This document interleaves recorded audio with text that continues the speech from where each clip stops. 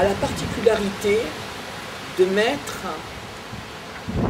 en scène des énergies afin qu'un équilibre puisse s'établir. Les 5 animaux du Feng Shui, les 5 couleurs, les 5 positions cardinales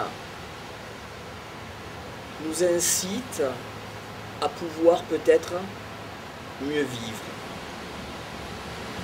Par exemple, où se lève le soleil, à l'est, le dragon, la couleur verte. À l'ouest, où se couche le soleil, le tigre, la couleur blanche. Au nord, la tortue, la stabilité. Au sud, le phénix, le rouge, l'ouverture vers loin.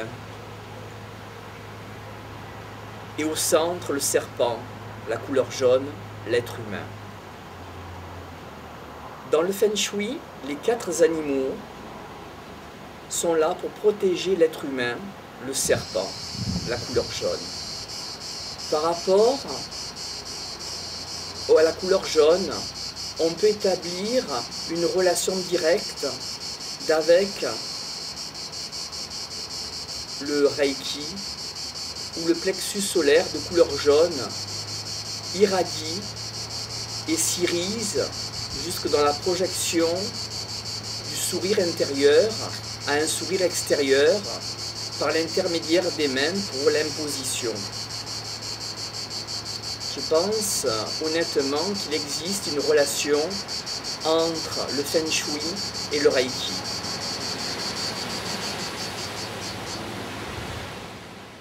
Nous avons évacué un concept énergétique, hélas. Par exemple, nous nous retrouvons en Asie dans le concept du Feng Shui, où éventuellement les 5 éléments existent. Par exemple, nous reprenons le dragon, qui symboliserait l'armoire, dans une chambre à coucher, l'armoire. À l'ouest, la commode.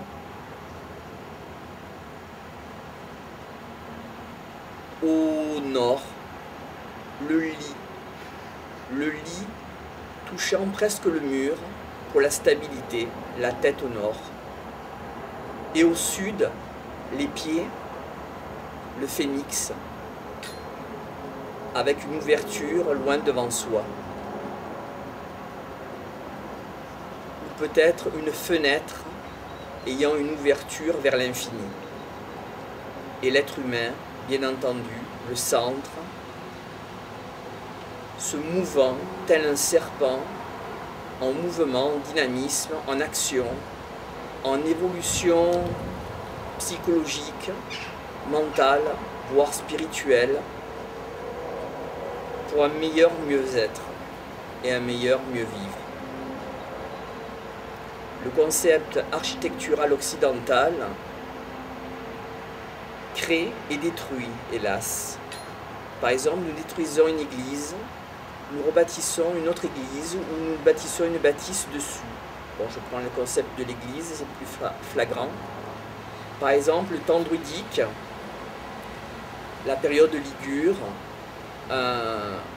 on montait des pierres pharaonesques de plusieurs tonnes, les unes sur les autres. 3 pierres pharaonesques placées à un endroit stratégique par rapport à des sources, par rapport à des terrains, par rapport à des emplacements énergétiques. Et elles restent là depuis les temps ligures. Seuls des tremblements de terre peuvent éventuellement retourner les pierres, mais l'emplacement existe. Notre conception occidentale est destructrice, comme l'association de consommation que nous avons créée, où nous nous détruisons. Nous avons des tas de poubelles, nous ne savons qu'en faire, hélas. Tandis que dans des temps passés, ou dans des temps différents qui existent encore, on pose un jalon et on s'y tient et on le laisse évoluer, tel un arbre qui croît avec le chapeau sur le i, en hauteur, en largeur, en maturité.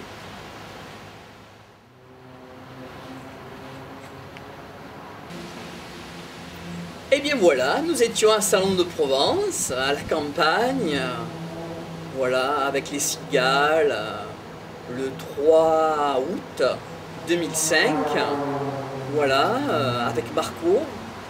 Voilà, j'ai eu envie de vous écrire cette lettre, une lettre vidéo sûrement, mais bon, peut-être quelques pensées qui un jour pourront peut-être vous attirer votre attention, vous intéresser.